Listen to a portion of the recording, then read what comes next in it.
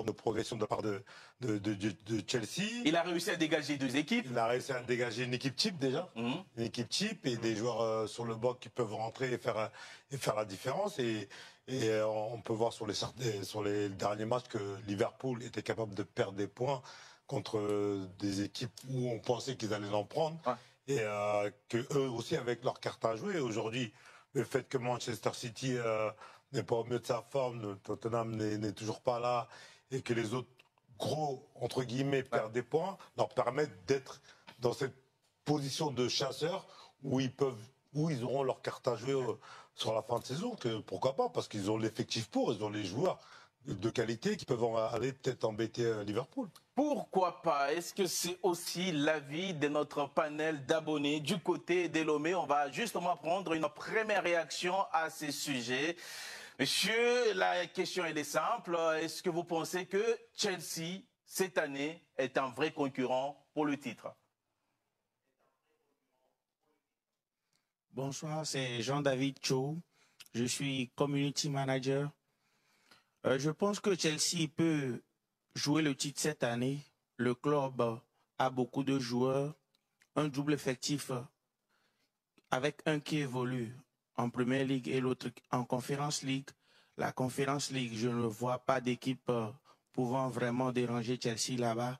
Donc l'essentiel des forces sera concentré sur la Premier League et avec les autres gros qui n'arrivent pas à fournir le travail comme il faut, il y a une chance que Chelsea puisse devenir champion. Voilà, beaucoup d'éléments pour avancer, mais moi je vais insister sur les éléments contre. Vous avez parlé du problème de la défense, vous avez parlé du problème également du fait que c'est une équipe qui ne gagne pas face aux gros. C'est aussi un effectif très jeune, inexpérimenté. On sait que c'est un aspect ultra important dans la course au titre qui a un peu manqué à Arsenal face à Manchester City ces dernières années. Ça peut être un argument contraire, effectivement, et ça rejoint un peu ceux qui avaient fait des limites sur la défense, notamment je crois que c'est Elton, non, des limites sur le niveau de la défense. Ça rejoint un peu ça. C'est-à-dire, on ne sent pas forcément, on n'est pas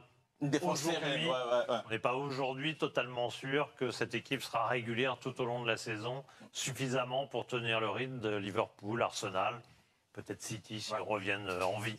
On ne sait jamais.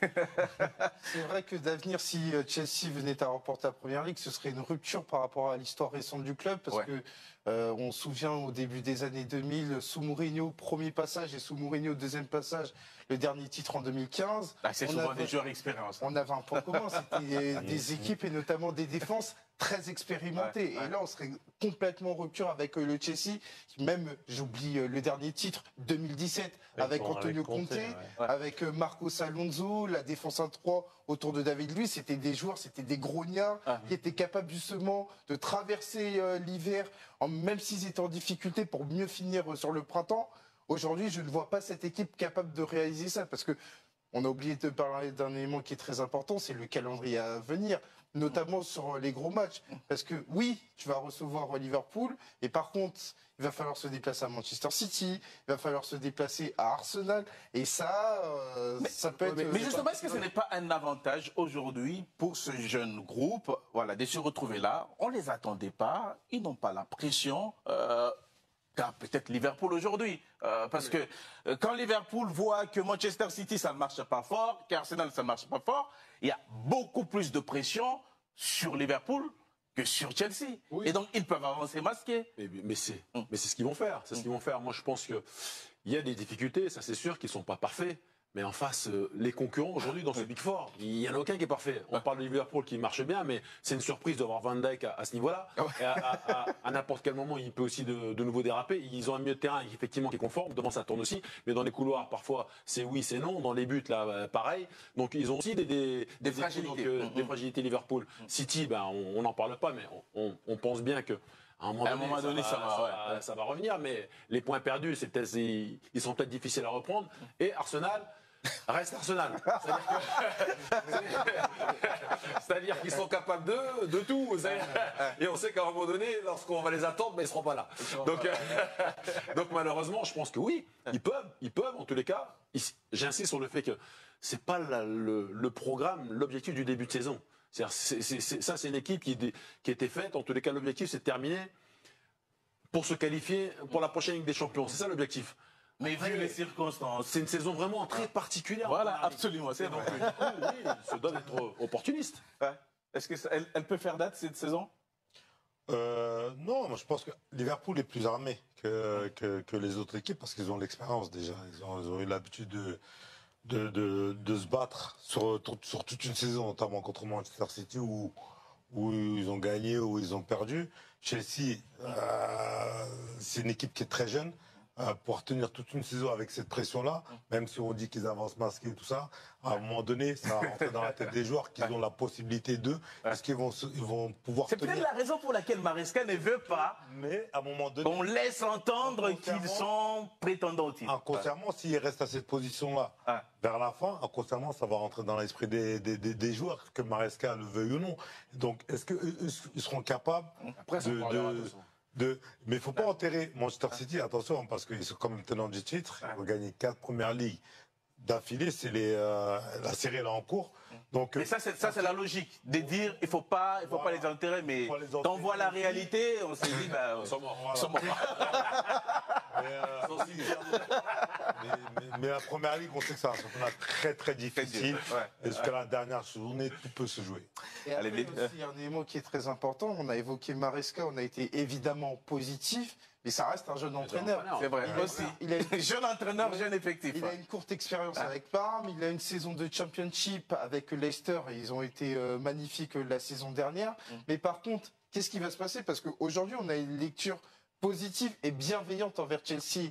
Mais à partir du moment où ils vont vraiment être des candidats au titre à part entière, quand il va y avoir notamment des premiers résultats négatifs, quand il va y avoir des critiques, comment le groupe va réagir? C'est-à-dire que ils ont gagné une Coupe d'Europe avec un jeune entraîneur, vous vous rappelez, non? Liverpool est habitué. Manchester City, encore plus, ils sont habitués. Arsenal est habitué. Mais par contre, Chelsea, on va passer de lecture bienveillante. Ils perdent en fi, ce n'est pas grave. Et par contre, ce mois de février, un ou deux mauvais résultats, il va y avoir des questions posées à Maresca. Comment ils vont réagir? Effectivement. Messieurs, on va retourner du côté de Lomé pour conclure ce débat parce que le premier intervenant était plutôt positif par rapport à ce que propose Maresca et cette équipe de Chelsea. Est-ce que le deuxième va le suivre dans cette dynamique-là? Est-ce que vous pensez aussi véritablement que Chelsea, aujourd'hui, à ce jour, peut se mêler à la lutte pour le titre? Salut, je suis Aimé Assi, cofondateur de westfootafrique.com. Non, pas du tout. Chelsea peut prétendre au Big Four, mais aller chercher les titres, je ne crois pas du tout, parce que il y a Liverpool qui fonctionne, qui tourne à plein régime actuellement. N'oubliez pas, City est en train de traverser une zone de turbulence. Lorsqu'on arrivera en février, mars, et que l'orgueil du champion va arriver, va soulever ces joueurs-là, ils vont revenir très très vite. Et Pep Guardiola, il a cette capacité-là, toujours transcender son effectif, de sortir, de créer quelque chose de magique. Ça peut toujours arriver, il ne faut pas enterrer Arsenal. Et surtout, il y a un dernier élément qu'on ne voit pas assez, ça arrive dans le dernier virage. Le calendrier n'est pas à l'avantage de Chelsea parce que Chelsea va terminer la saison en enchaînant Liverpool, Newcastle, Manchester United et Nottingham Forest dans ce dernier virage-là, avec des joueurs, à part Enzo Fernandez, ce sont des joueurs qui, pour la plupart, n'ont rien gagné au très haut niveau. Il n'y a pas d'orgueil de champion. Donc, c'est un effectif très, très jeune. Donc, je ne les vois pas tenir à ce moment-là de la saison. C'est là où les grands comme Arsenal, City et Liverpool vont carburer. Et oui, ils peuvent prétendre au Big Four, mais pas au titre selon moi.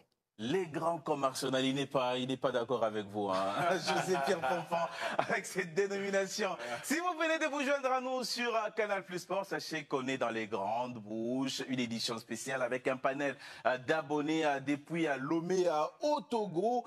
Et on a fini le deuxième grand thème du débat de ce soir. Je vous propose le résultat du sondage, parce que oui, effectivement, là aussi, on a sollicité nos grandes bouches des réseaux sociaux. Regardez, 66% de oui.